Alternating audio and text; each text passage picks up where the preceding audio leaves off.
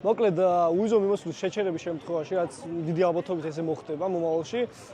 ძალიან ბევრი საფრთხე არის. თუმცა რომ გამოვყოთ, პირველი რაც ძალიან მნიშვნელოვანი არის ახალგაზრდობის და სტუდენტების შემთხვევაში რა საფრთხე გველის ჩვენ, ეს არის გაცვლითი პროგრამების, არ ვიცი, საზაფხულო სამსახურების შემთხვევაში, როცა ვერ შევძლებთ ამ ყოფს, ანუ უფრო ძნელი იქნება ეს და უფრო ნაკლები ადამიანი შეძლებს რომ წავიდეს გაცვლითი პროგრამით ისარგებლოს და არ ვიცი, ევროპული ღირებულებებს გაეცნოს, იქაურ კულტურას გაეცნოს, იქაური განათლება მიიღოს, რაც საქართველოში ვერ მოიპოვა ფიზიკურად და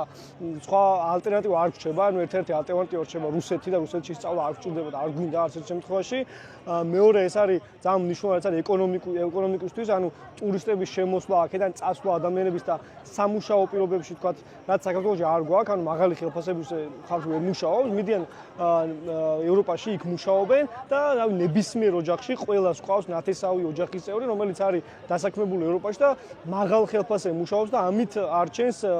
თავის ოჯახს. ამიტომ ეს იქნება ალბათ ძირითადი პრობლემა და მესამე რაც ეს გეოპოლიტიკური მდგომარეობა ძალიან შეცვლის, იქნება ის, რომ სრულ იზოლაციაში ვრჩებით, ანუ კავკასიის რეგიონისთვის საქართველოსთვის იკეტება კარი, თუმცა რავი სომხეთისთვის, აზერბაიჯანისთვის იხსნება და ჩვენ შემთხვევაში რავი დავრჩებით რუსეთთან, ერთ-ერთი გასასვლელი სადაც გვექნება, ეს იქნება რუსეთი, იმიტომ რომ საქართველოს პოლიტიკაც აქეთკენ მიდის, რომ რუსეთი იყოს ჩვენი მეგობარი და არა დასავლეთი და ის კულტურა და ის ღირებულებები, რითაც ამდენი ხნის განმავლობაში ვიბრძოდით, რეალურად იქნება ფუჭი და ყველაფერი ჩაივლის ესე ფუჭად.